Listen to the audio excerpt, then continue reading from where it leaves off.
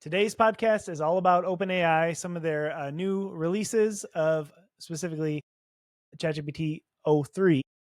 That we're going to be talking about. We're going to be talking about OpenAI wanting to buy Google Chrome and some other relevant OpenAI news. So before we get into that, Jaeden, why don't you tell them about our school community? Yeah, so every single week, Jamie and I record an exclusive video. This week, we did a walkthrough of a top secret piece of software that I personally have been working on for a couple years.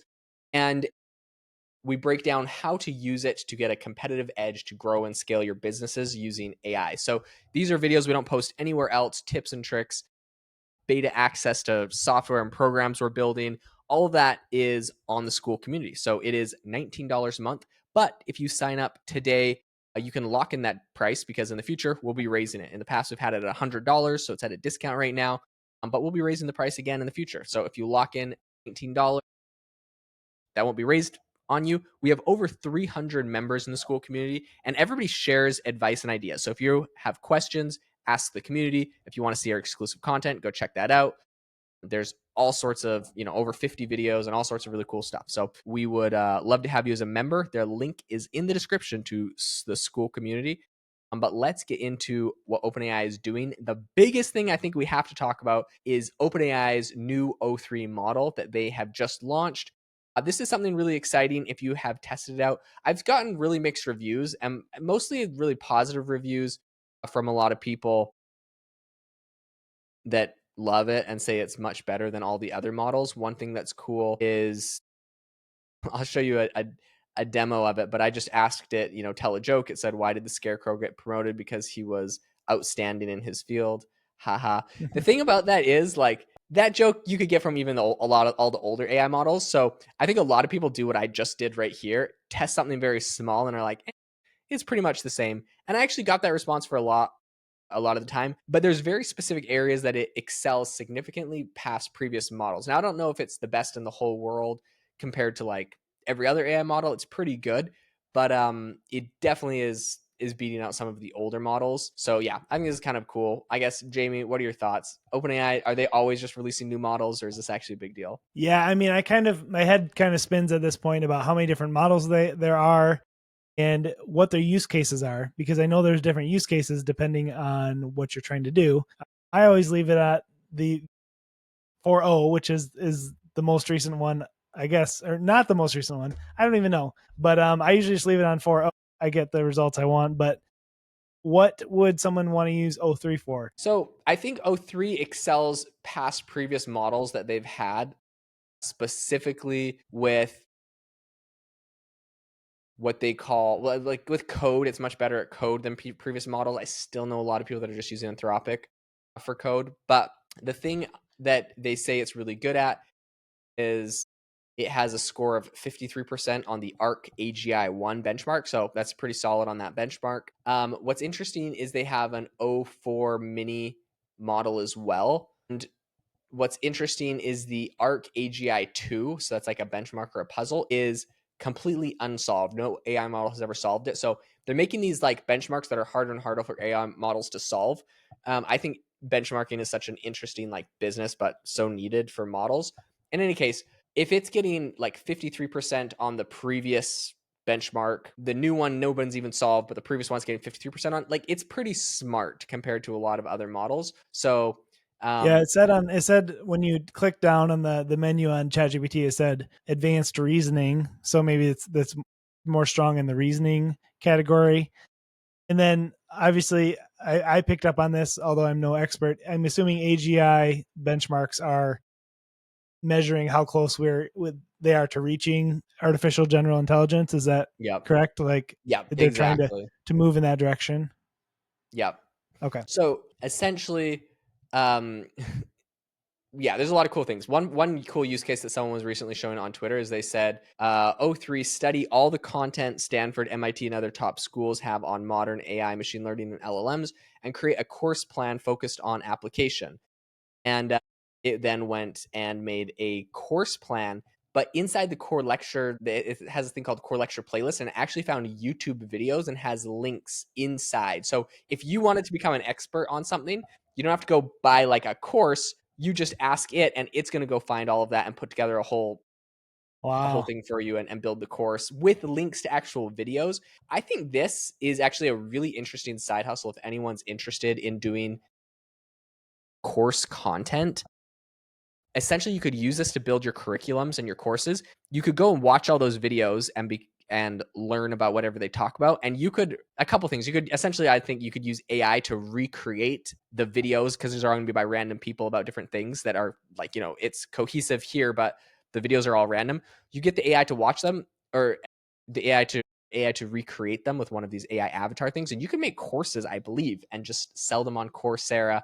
If you want to be like more legit, you could actually film it yourself and talk about it. And if it's obviously a topic you know a lot about, that's like the best thing. But I think that courses can make a lot of money. I know a couple guys that did Coursera courses, essentially are what they like use to fund their life while they were starting like some software startups. They made courses on Coursera, and that's literally how they like funded everything. So I think that's a pretty cool side hustle that if you have not tried, I would recommend looking into it. If you're an expert on something, Coursera might be a cool place to make some passive side hustle money. Yeah, I mean, online education is huge, and when you're trying to learn something, going to YouTube, you're gonna have to sift through hundreds or thousands of videos to find all the information you need. Being able to like organize it and have it for you, like all the actual answers you need, is extremely valuable. So that's actually awesome. I love that demo. Yeah. And yeah, there's a lot of like hypey kind of graphs you can find about the O3 model. People are saying the length of tasks AIs can do is increasing, and they have like O3 completely crushing O4 mini, and even Sonnet 3.7 and O1 and GPT-4. So allegedly this thing is like an insane amount better, and we're going to get GPT-5 this summer, according to Sam Altman, it looks like. So I think that is, yeah, that's pretty good news. I'm quite bullish on this. Now, the one thing that a lot of people have been pointing at and like, I don't know, making fun of is that OpenAI's O3 model apparently is scoring lower on benchmarks than OpenAI initially said. So for those that don't know, when a new model is announced, they do this like big PR thing. They say where it scored and all the benchmarks. I watched it live and they were kind of showing. And apparently it didn't actually score as high as they said it did when they released it out for everyone to use. And this is something that a lot of people accuse these AI companies of, is trying to game the benchmarks. They try to get it to get the best response, and some of the benchmarks make it like harder to game, so it's more legit. But you got to kind of be careful, because otherwise people can fudge the numbers a little bit. I feel like we saw with Google's 2.5 Pro, to be honest. I just did not feel like it was as good as they said it was. So this is definitely a problem in the industry, but TechCrunch is accusing OpenAI of also doing this with their new O3 model.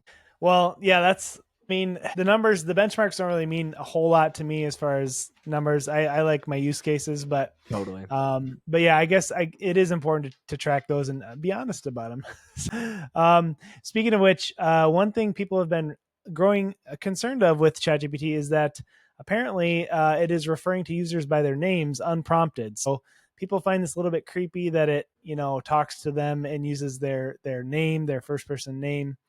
Specifically in like the thinking mode, it shows like the thinking process. That there's some screenshots. Someone named Simon asked it a question, and it said Simon's asking about a 2x2 integer matrix A. So people are a little creeped out by this. Jaeden, does this bother you much, or are you a little bit I creeped mean, out by it? if I'm 100% honest, doesn't really bother me, because essentially what it's doing is it's just going to your like account settings. And once they added memory, they just said like, remember everything that the person has ever done.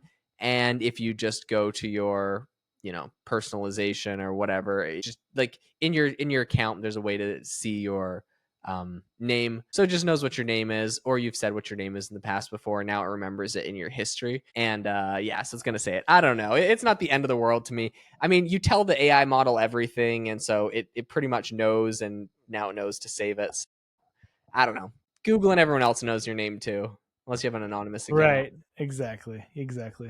And speaking of Google, the last little OpenAI news we have is that the executive at OpenAI said they would buy Google Chrome if they were offered a chance, which I think is really interesting.